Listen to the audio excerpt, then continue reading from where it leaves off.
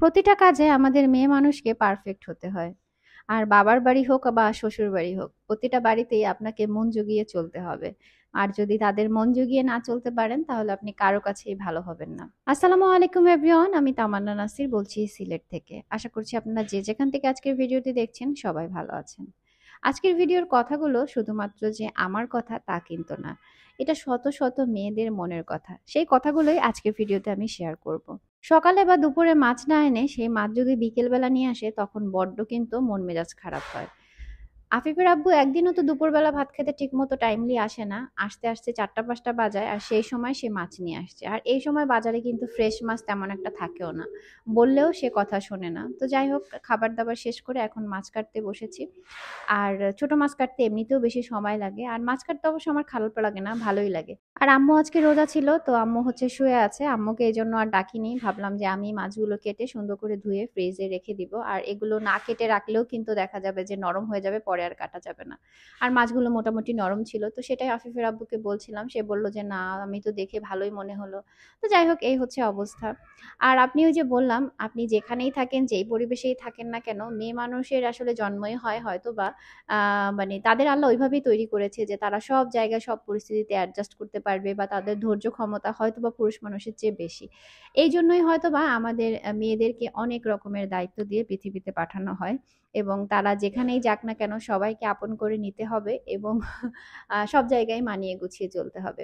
আপনি যদি মানিয়ে গুছিয়ে না চলেন তাহলে আপনি বাবার বাড়িতেও ভালো থাকতে পারবেন না, শ্বশুর বাড়িতেও ভালো থাকতে পারবেন না। মোট কথা হচ্ছে কি, আপনি কাজ না করলে বা আপনার কাছ থেকে যদি কোনো বেনিফিট কেউ না পায় তাহলে কেউই আপনাকে পছন্দ করবে না। এটাই চরম বাস্তব কথা।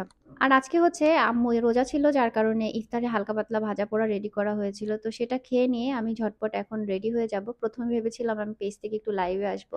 মেয়েদের জীবনে ধাপে ধাপে যে কত রকমের পরিবর্তন হয়, এই পরিবর্তনের কথা তো বাদই দিলাম।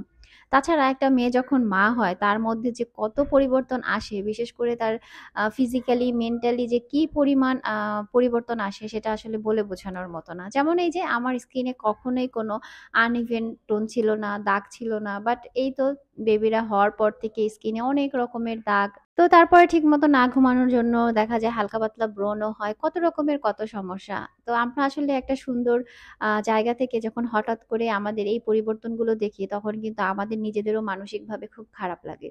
কিন্তু তারপরও আমাদের কাছে সবার এক্সপেকটেশন থাকে যে বাচ্চার ঠিকমতো কেয়ার হচ্ছে কিনা, ঠিকমতো বাচ্চা খেলো কিনা, বাচ্চার স্বাস্থ্য ঠিক আছে কিনা, সবাই সেগুলোর খোঁজ খবর নিতেই ব্যস্ত।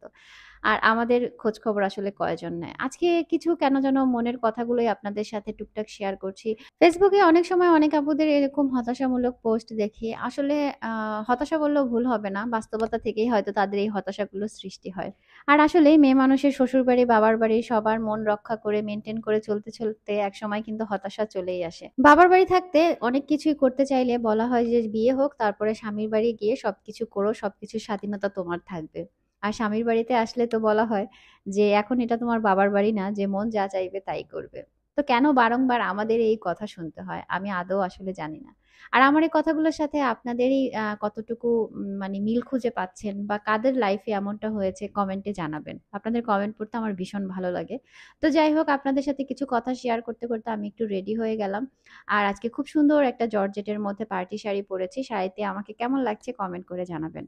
তো শাড়িটি আপনাদের ভালো লাগলে আপনারা কিন্তু হোয়াটসঅ্যাপ নাম্বারে অর্ডার করতে পারেন। খুবই রিজনেবল প্রাইসের মধ্যে এই শাড়িটি পেয়ে যাবেন। আর এই তো আমি রেডি হয়ে গেলাম। এরপরে আপনাদেরকে একটু ভালোবাসা জানানোর চেষ্টা করলাম। আর ছোট্ট করে আজকে আপনাদের সাথে কিছু কথাও শেয়ার করব। তো আমার যেহেতু পরপর ২ টা বেবি, যার কারণে ওদের জন্য আমি কিন্তু আমার কাজে অনেক গ্যাপ দিয়েছি।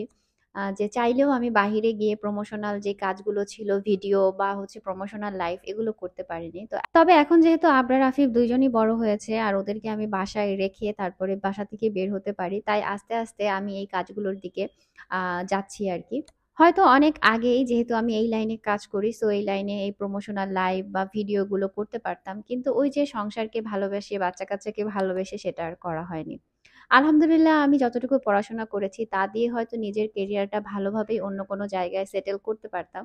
কিন্তু তারপরও কেন যেন সংসারকে যেহেতু বেশি ভালোবাসি, সবসময় সংসারকেই বেশি প্রাধান্য দিয়েছি।